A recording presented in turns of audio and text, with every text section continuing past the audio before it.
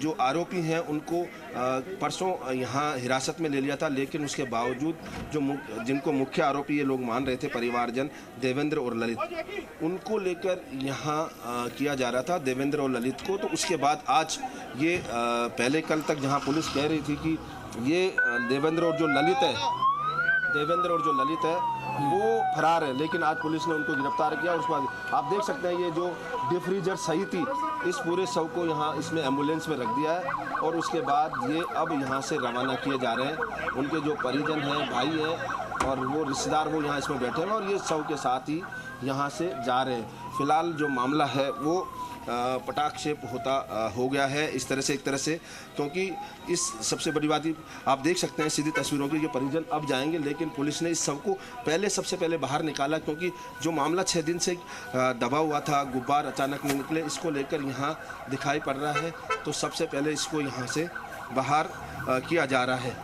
कुल मिला के कहा जा सकता है कि बात कर रहे थे कि ये किस तरह से पटाक्षेप हुआ, क्या अड़चनें आ रही थी। सबसे बड़ी अड़चन ये थी कि इसमें मामले में जो नाम आना था कैबिनेट मंत्री महेश जोशी का, हालांकि महेश जोशी इसमें से कह चुके थे, लेकिन फिलहाल मामला वहीं पे अटका हुआ था। और उसके बाद जब मामला आगे बढ़ा तो 2 आरोपी हैं उनके खिलाफ, और नगर निगम के जो डीसी है, जोन कमिश्नर और विजिलेंस कमिश्नर हैं नीलकमल मीणा, उनके गिरफ्तारी की बात यहाँ पर की जा रही थी। और उसको लेकर अब जब मामला आज पुलिस ने उनकी गिरफ्तारी कर ली और उसके बाद उनको हिरासत में लिया, तो यहाँ आकर बात की। यहाँ दिन में जब हमने सांसद किरोड़ीलाल मीणा से बात की, तभी उन्होंने यही कहा कि परिजन चाहते हैं कि जो मुख्य आरोपी है इस मामले में उनको गिरफ्तार किया जाए। नीलकमल मीणा और दिलीप शर्मा जो जोन कमिश्नर हैं और कमिश्नर विजिलेंस है, उनके खिलाफ भी कार्रवाई की जाए। अब यहाँ पहुँचने के बाद एडिशनल कमिश्नर जो है हेरिटेज नगर निगम के, उनको यहाँ जांच दे दी गई दोनों के खिलाफ। वहीं दूसरी ओर अतिक्रमण हटाने की बात की गई और दोनों आरोपियों को गिरफ्तारी करने की बात कही। जब मामला पूरी तरह फाइनल हो गया तो पुलिस कमिश्नर आनंद श्रीवास्तव पहुंचे और एक तरह से सहमति बन गई। उसके बाद बाहर आकर जैसा दर्शकों ने देखा कि बाहर आके सांसद किरोड़ीलाल मीणा और पुलिस कमिश्नर आनंद श्रीवास्तव ने इस पूरी घटनाक्रम की जानकारी दी और उसके बाद अंतिम संस्कार की बात कही। वहीं दूसरी ओर जो मृतक है राम प्रसाद, उसकी बेटी ने सुरक्षा का सवाल उठाया, क्योंकि जो रसूखात वाले लोग हैं, तो ऐसे में आनंद श्रीवास्तव ने कहा कि वो उनकी सुरक्षा की पूरी गारंटी है, कोई वो नहीं होगी, वो कभी भी कॉल कर सकती हैं, सुरक्षा उन्हें पूरी मिलेगी। और इसके बाद अब यहाँ से अंतिम संस्कार के लिए शव ले जाया गया है और जो 6 दिन से यहाँ पर जो घटनाक्रम चल रहा था, शव रखा हुआ था, वो अब पूरी तरह मामला नहीं। विष्णु एक चीज और ये तो बात रही कि किस तरीके से विष्णु इस पूरे मामले का पटाक्षेप हुआ, किस तरीके से बॉडी अब जा रही है अंतिम संस्कार लिए। बट द पॉइंट इज कि बार बार ये बात कही जा रही है कि आश्वासन मिला है कि सही से जांच होगी और जो जांच की जद में आएगा, जिसके ऊपर भी शक की सुई जाएगी, उन सभी के ऊपर एक्शन होगा। लेकिन मियाद कितनी लंबी रखी गई है? क्या ये कहा गया कि भाई पर्टिकुलर इतने डेज के अंदर जो है हम इस पूरे मामले का पटाक्षेप कर देंगे, इतने दिनों के अंदर जो है जो आपकी मांगे हैं वो पूरी हो जाएंगी, उस दिशा में जांच आगे बढ़ेगी, उतने दिनों के अंदर जांच पूरी हो जाएगी? क्या इसको लेकर भी जो कमिश्नर साहब आनंद जी, उन्होंने यहां पर इसको लेकर आश्वस्त किया है? अब बिल्कुल, क्योंकि जो आनंद श्रीवास्तव है, उन्होंने, क्योंकि इसमें मामला ज़्यादा नगर निगम का था, तो ऐसे में आनंद श्रीवास्तव ने तो सुरक्षा का जो भरोसा है वो दिलाया पुलिस कमिश्नर आनंद श्रीवास्तव ने। साथ ही जो निगम के एडिशनल कमिश्नर थे, उन्होंने कहा कि जो जांच है, ये सर्वे है आसपास अतिक्रमण हटाने का, वो 3 दिन में पूरा कर लिया जाएगा। वहीं नीलकमल और जो डीसी विजिलेंस है नीलकमल मीणा, और साथ में डीसी है यहाँ के जोन आयुक्त हैं दिलीप शर्मा, उनकी जो जांच है वो 15 दिन में जांच करके रिपोर्ट सौंप दी जाएगी। और कुछ जो गोयल है मिस्टर एडिशनल कमिश्नर, वो उसकी जांच करेंगे इस पूरे मामले की। तो 15 दिन का तो जांच जो दोषी अधिकारी उनके खिलाफ कहा गया है, और वहीं दूसरी ओर जो अतिक्रमण हटाने के लिए मामला है वो 3 दिन का लिए कहा गया है।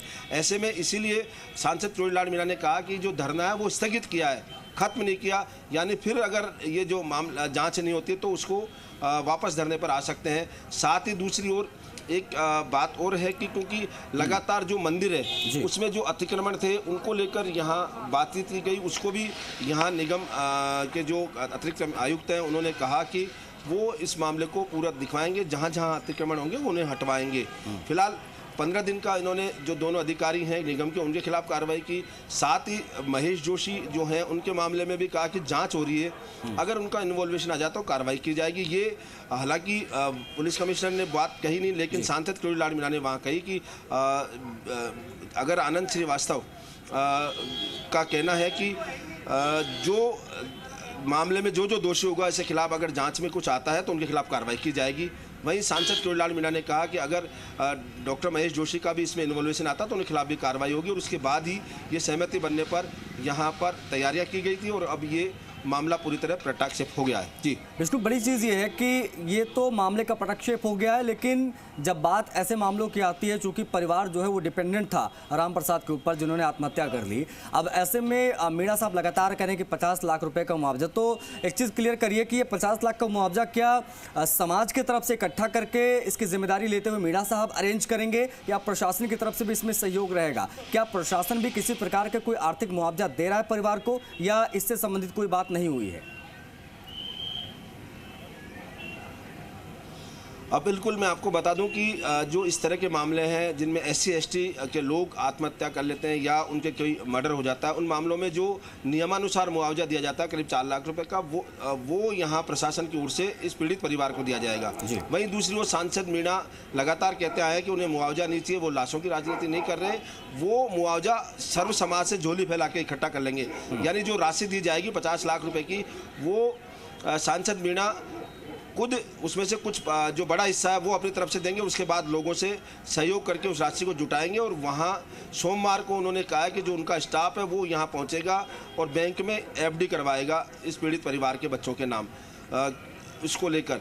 तो ये तमाम जो बातें हैं वो हुई है, और जो डेयरी का बूथ है वो आवंटन ऐसी जगह किया जाएगा जहाँ वो चल सके। नौकरी अभिषेक जो उनका लड़का है ताराचंद का, राम प्रसाद का, उसको नौकरी देने के लिए भी बातचीत हो गई है। फिलहाल अस्थायी तौर से नौकरी में नियुक्ति दी जाएगी और बाद में संविदा पर उसको नौकरी दी जाएगी। विष्णु, परिवार में अगर मैं आपसे समझूं विष्णु, तो राम प्रसाद के परिवार में कौन कौन लोग हैं जो राम प्रसाद की जाने के बाद, उसकी मौत के बाद में अब जो है एक तरीके से बेसहारा हो जाएंगे? कितने लोग उनके परिवार में है, संख्या कितनी है, और किस तरीके से उनको अब यहाँ से सफर करना पड़ सकता है? बिल्कुल, मैं आपको बता दूं कि राम प्रसाद के परिवार में उनकी मां है बुजुर्ग, उनके पिताजी थे, 2 बेटियां 1 बेटा है, इसके अलावा पत्नी है, बहनें हैं और भाई है, भाई का परिवार है जी। तमाम जो लोग हैं चाय की थड़ी यहाँ पर चलाते थे, उसके अलावा ट्रांसपोर्ट कंपनी में काम करते थे, जिसमें जहाँ सुसाइड हुआ उसके बगल में ट्रांसपोर्ट कंपनी, वहाँ काम करते थे। तो कुल मिला के ये है कि ये बेहद आर्थिक रूप से कम गरीब परिवार था। जहाँ इस वक्त वो राम प्रसाद का परिवार रह रहा था, वो 3 टप्पर के मकान में रह रहा था और उन्होंने वहाँ छत डालनी चाहिए, पिल्लर खड़े कर लिए थे, लेकिन छत डालनी चाहिए तो निगम की ओर से बार-बार नोटिस दिए गए।